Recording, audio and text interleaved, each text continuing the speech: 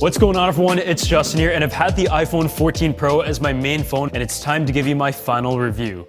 So as a summary, we actually had this iPhone before it came out to public, and we actually brought it straight to Iceland to start capturing some photos and videos and putting that camera to the test before traveling off to Italy, Singapore, Austin, Germany, and Paris. So if there's one area that has really been put through its paces, it is the camera. And I feel like that is probably the most significant change to this year's iPhone, on top of the dynamic island that is on the front right here. Because otherwise, as someone who has had the latest iPhone for the past few years, I really haven't noticed any major differences to my daily operation. And that isn't really a bad thing at all. I've also got a ton of iPhone 14 cases at the moment, so if you would like to win one, just go ahead and subscribe to the channel, drop a like on this video, and leave a comment down below with the size of iPhone that you have. And also leave your Instagram username as well, because we'll be contacting you within the next month.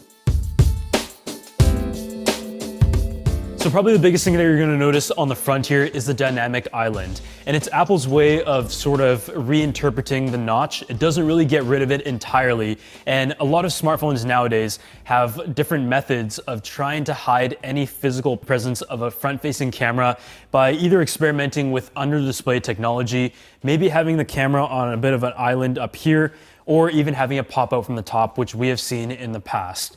I would say that the dynamic island is a really good approach. It enables there to be more space on each side of the screen, and there's also a functional element to it with compatible applications that allow it to display information, but also quick access at the top.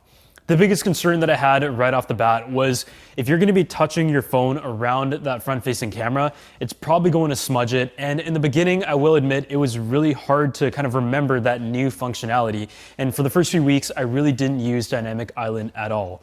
But I do feel like with being able to change the music, go to the music app, and also using apps such as ride sharing, where it gives you an estimated time, it at least utilizes this certain area that has to be there for the Face ID and stuff relatively effectively. One thing that is a bit of a drawback though is that when you go ahead and watch a movie, it theoretically takes up more space on the screen than the original notch. It hasn't really affected the viewing experience, but it is definitely something that I have noticed. So I'd say all in all, Dynamic Island is nice, but perhaps one of my favorite features is the fact that the display is even brighter. It is able to hit a peak brightness outside of 2000 nits in the daylight, and that is just good for any scenario where there's direct sunlight hitting your phone and you want to